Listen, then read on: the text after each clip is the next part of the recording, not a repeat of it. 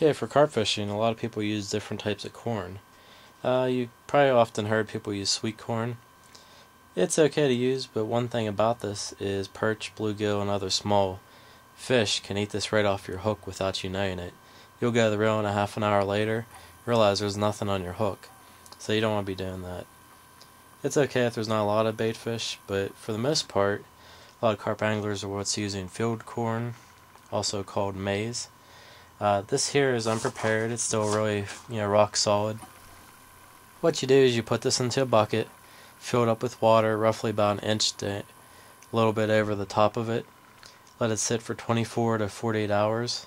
It'll start soaking up the water. After you let it soak, you then boil it for roughly 30 to 40 minutes, and it'll pretty much double to triple in size, take on some of the water, and also become a lot softer, as you can see here. After this softens up, you can then put on a hair rig, hook, or whatever you want to put it on.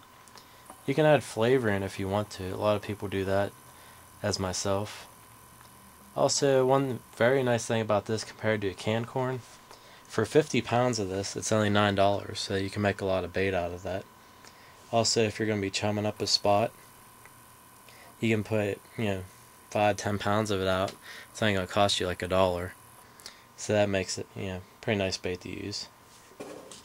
As you can see here, I put on a paper plate. On the end here, we have your normal sweet corn out of a can. This is the field corn before you soak and prepare it. And this is your final product. As you can see, it's pretty much 3 times larger than your sweet corn. So it makes a pretty nice bait to use.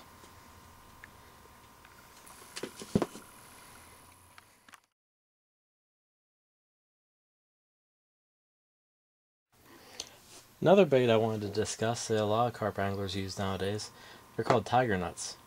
They're a harder nut. They have kind of like a sweet smell to them. You also have to prepare these. These ones I bought already prepared.